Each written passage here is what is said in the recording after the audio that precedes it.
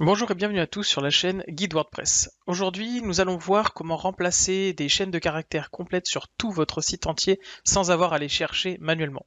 Je suis Lilian de mon-hébergement.fr et aujourd'hui, je vais vous apprendre à utiliser Better Search and Replace. Donc pour ce faire, vous allez aller directement ajouter un plugin qui s'appellera Better Search and Replace. Vous prenez celui-ci, vous l'installez et vous l'activez. Une fois que celui-ci a été activé, je vais vous montrer exactement dans quel cas moi j'ai eu besoin de l'utiliser.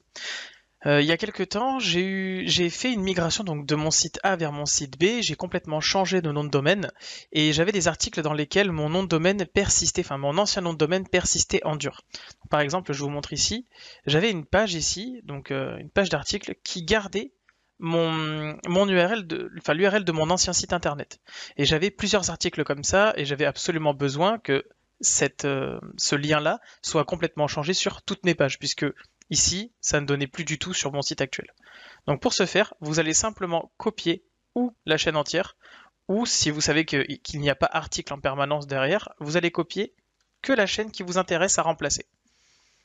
Une fois que c'est fait, vous allez aller dans les outils et vous allez utiliser Better Search and Replace. Voilà, donc pour utiliser Better Search and Replace, il suffit donc dans la case rechercher de mettre ce que vous recherchez. Et ensuite, donc, il suffira simplement de sélectionner les tables dans lesquelles vous souhaitez chercher. Si vous ne connaissez pas les tables, vous faites un clic sur la première, vous descendez tout en bas, vous maintenez Shift et vous cliquez sur la dernière table. Ça va sélectionner l'entièreté des tables du WordPress. Une fois que c'est fait, on va cocher insensible à la casse. C'est-à-dire que si vous avez mis un L majuscule, un L minuscule sera aussi pris en compte, tout comme un L majuscule. Voilà, ça sera insensible à la casse.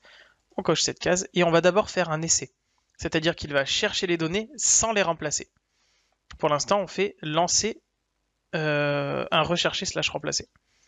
Donc on attend qu'il ait terminé la recherche sur l'entièreté des tables et il nous sortira ensuite un petit résultat. Voilà, une fois qu'il a réussi à tout trouver et à tout chercher plutôt, il va vous sortir en haut donc que le résultat de l'essai, donc sur les 70 tables, 2 chaînes ont été trouvées.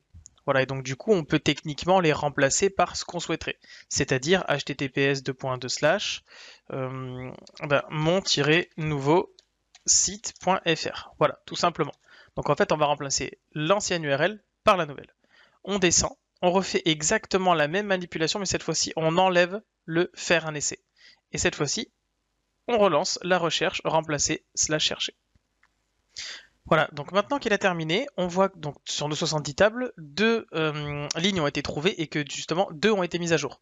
Donc c'est-à-dire que si je reviens à cet endroit-là, au niveau de ma page, et que je la recharge, normalement, mon URL devrait avoir changé en mon-nouveau-site.fr.